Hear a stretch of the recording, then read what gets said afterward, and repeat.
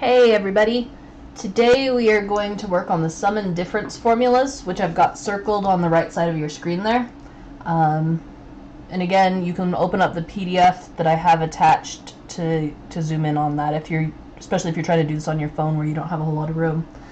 But I just want to show you how these work. So you know on the unit circle, let me pull one up, that there are only so many angles that we really pay attention to. So for example, here we've got a 30 degree, 45, 60, 90, etc. But there are a lot of angles in the middle that we don't have necessarily. The sum and difference formula will be helpful to find some of those angles. Certainly not every angle. Like an 89 degrees, you're not going to be using that with what we're doing. But like a 15 degree, that is pretty reasonable. So let's say I wanted to find the sine. Let's see. I think that's just because of how I have it zoomed in. Let's do the sine of a 15 degree angle. Now you have to think about, how can I make this angle 15 degrees out of angles that are already on my unit circle? So on the unit circle, I've got a couple things I could use. Let's say I want to use my 45 degree angle and my 30 degree angle. What I know about those angles is if I subtract 45 minus 30, I get 15. So what I can do is I can use that to say that this is the same thing as a sine of 45 degrees minus 30 degrees, all in parentheses.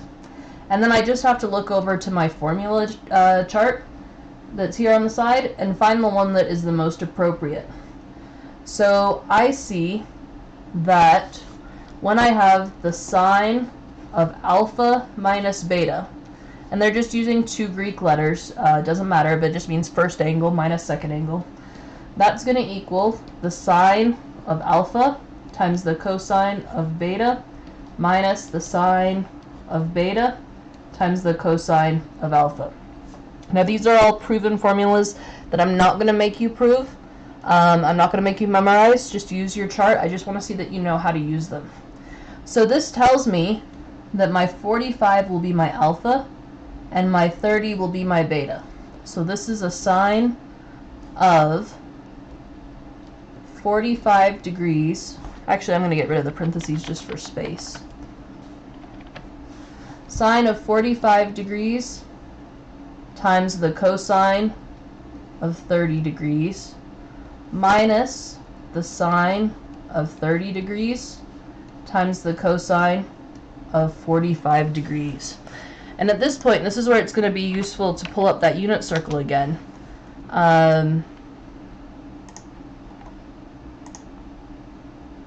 See if I can find one where it zooms in a little bit for you. That's good enough. Okay, so I see here that, let me turn on my marker, maybe.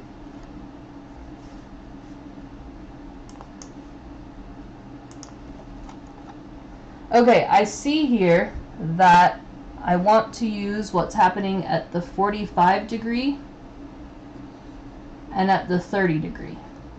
And remember, your sines are the y values, your cosines are the x values.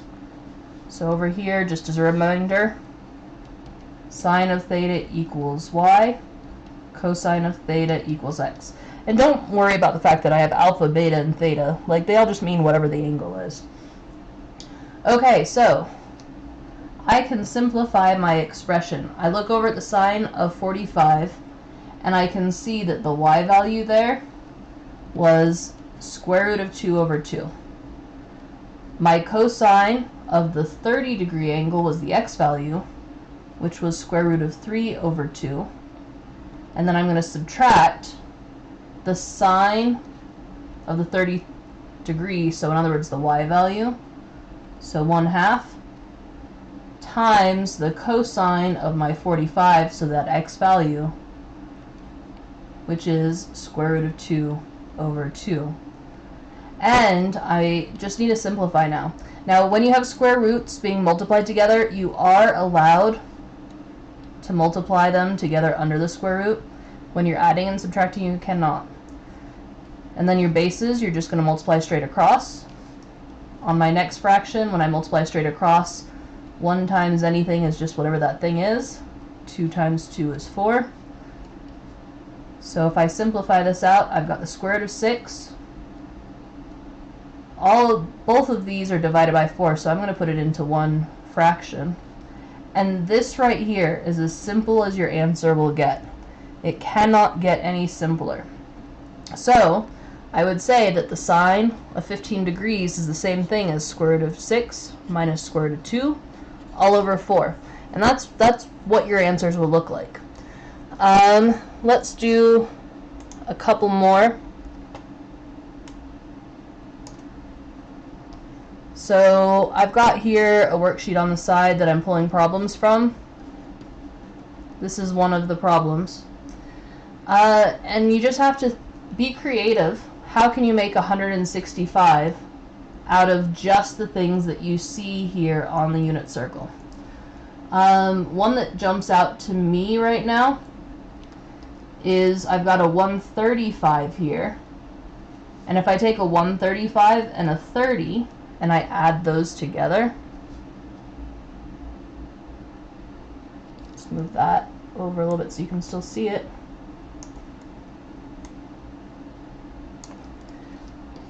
If I take 135 plus 30, that's the same thing as a 65-degree angle. So that tells me what is my alpha and what is my beta.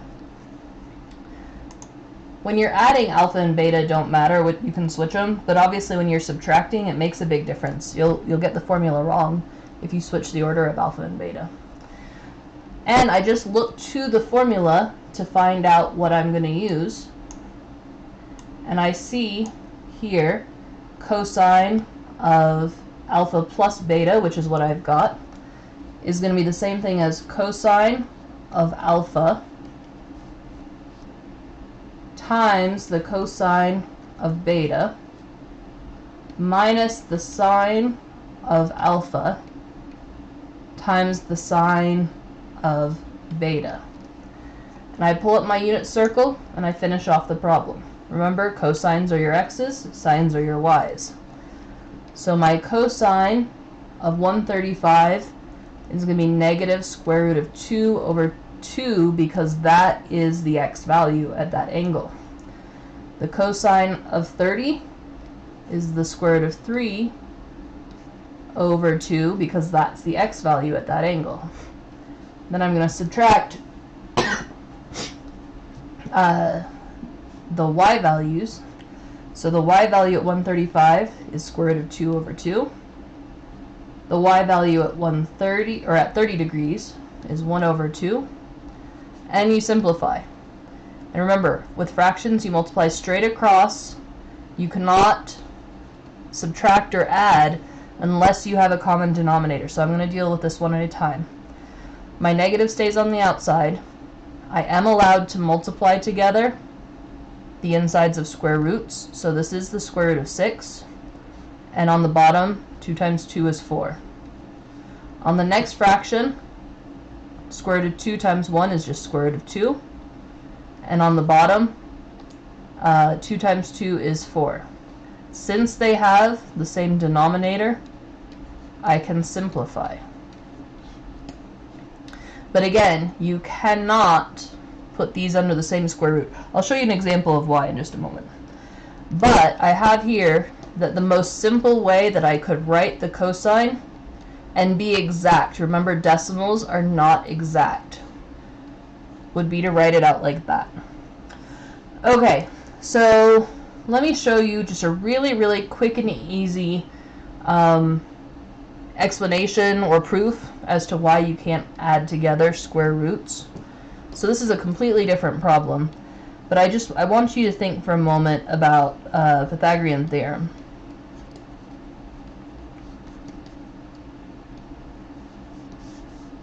And there's something called a Pythagorean triple that you should have learned about in another class, and the most common Pythagorean triple is this.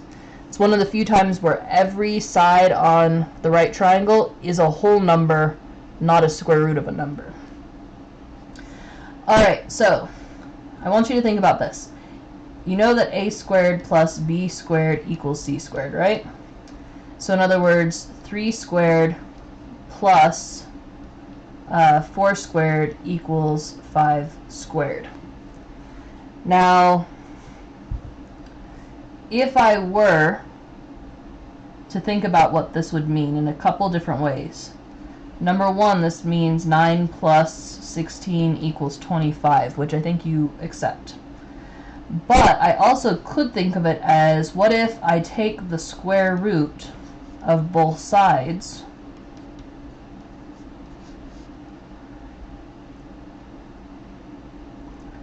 and what we're talking about is if I were to be able to do that separately, then each thing would have its own square root. A lot of people do try to do this, not on purpose but on accident.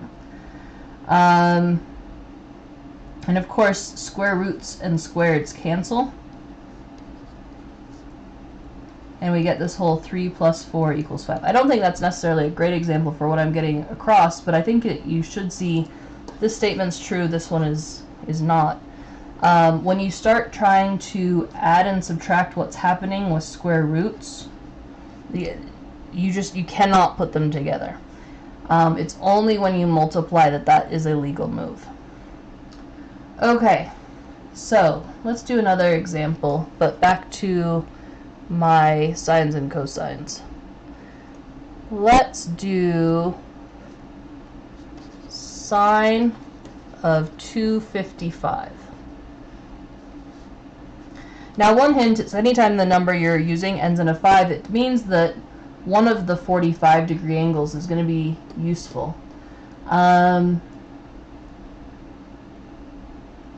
So I'm going to try to use one where I have to subtract. I'm going to use this angle right here.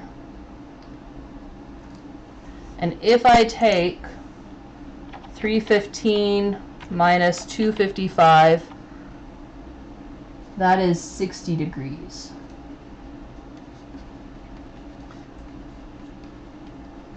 I don't necessarily expect this is the one you would jump to, but I just want to show you there are multiple ways to solve this problem. So trying to be a little more creative in the angles that I pick. Normally I would have picked probably the 225 plus 30 again. Would have been the most obvious for me. Alright, so you're going to come to your sum and difference formulas, find the formula we're using. In this case, we're subtracting two angles inside a sine function.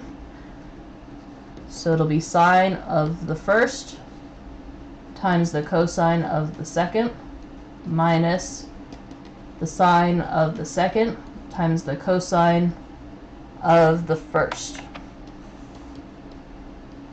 Oops.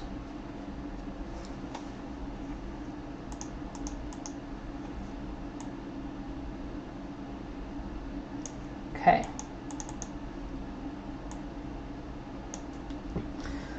And pull up your unit circle.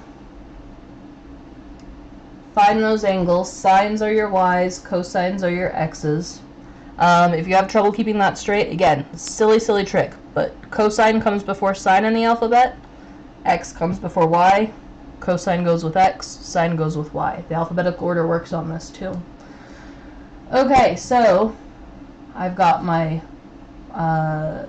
y value at 315, and it is negative, times my x value at 60, minus my y value at 60, times my x value at 315.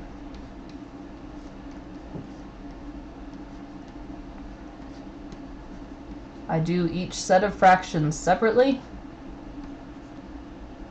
Somehow my 2 turned into a 3. That was not on purpose. And I am allowed to put them under the same square root. By the way, you notice our answers keep having square roots of 2 and square roots of 6s and 4s in them. I mean, that actually is just naturally going to happen, but you're going to add and subtract in different orders depending on the problem you're working with. So don't be surprised if you just see those similarities in your answers over and over again. Okay, so I want you to play with that formula. I'm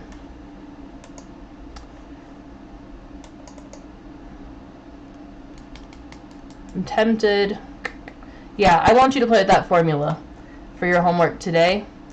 I'll just give you a few problems on that. We'll just have one more lesson, and that will be the one that gets uploaded for Friday, which again, depending on when you get to the lesson, you might not get to it on the last day of instruction. But let me know if you have any problems. We will plan on next week. I am going to assign your final. Again, apologies that those are so close together. I did not know that Ames was going to have us finish teaching new material on May 8th. If I had, then I would have rearranged my schedule differently. But yeah, you're just going to have one more homework assignment for the year and then test, and then that's it. You will be done with your junior year math class. And then you do get another couple of weeks to finish off anything that you haven't finished yet. Which I should say on that note, if you have any homework assignments or anything really that we've done this year that you'd like opened again, just let me know and I'd be happy to open those for you. You'll have still until school ends to get everything completely finished, but I just want to see everybody pass and be healthy and be happy. Just let me know what you want and what you need, and we'll get you through. So hope that you are doing well. Let me know if I can help in any way, and stay safe.